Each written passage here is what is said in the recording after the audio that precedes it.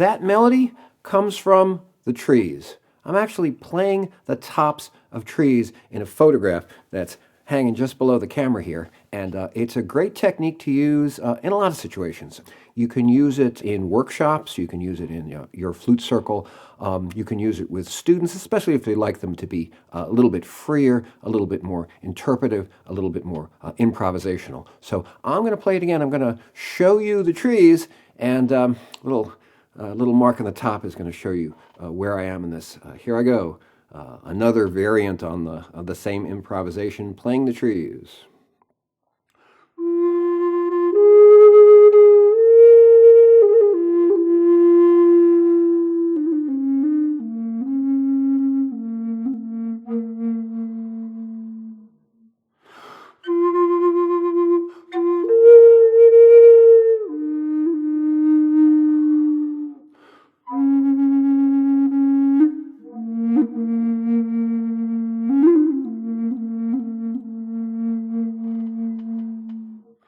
Of course, I'm taking a lot of liberties with this. I'm doing it exactly the way I feel. I'm making it as musical as I can. I'm introducing a few flourishes here and there.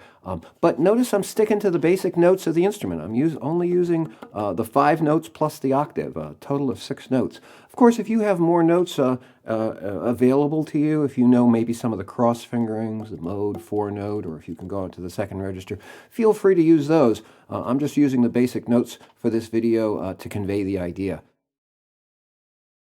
Another great way to use this technique is in classroom settings. If you're in a classroom and you want to especially engage the people in the classroom, have the back rows stand up. Have them stand up and play them from one side to the other, especially looking right at them as you're playing the note so that they know when you're playing their note. And they can kind of follow it along. Because remember, they can't see the height of the trees. They can't see the height of the children or the adults who are standing up.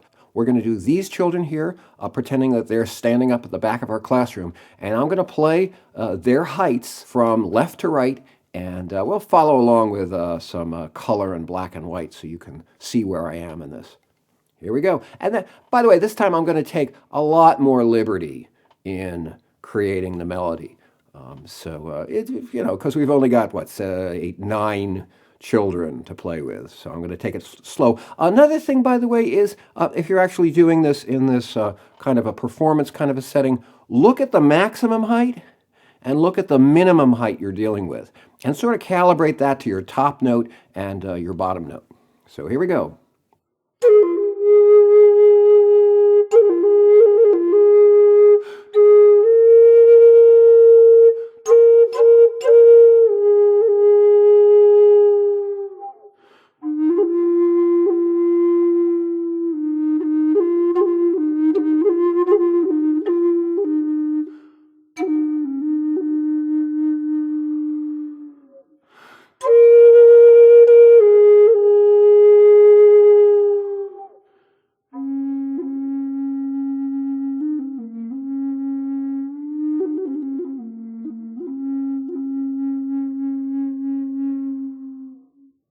So that's the technique of playing the trees, playing the children. I'm sure you're going to think of other areas where you can use this technique in your flute circle, in performances, in classroom presentations, in senior centers, wherever you can use this technique. You don't even need to have people stand up. Just play their heights as you go across the group.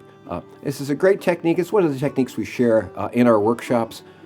We have people actually get up and stand up and do this.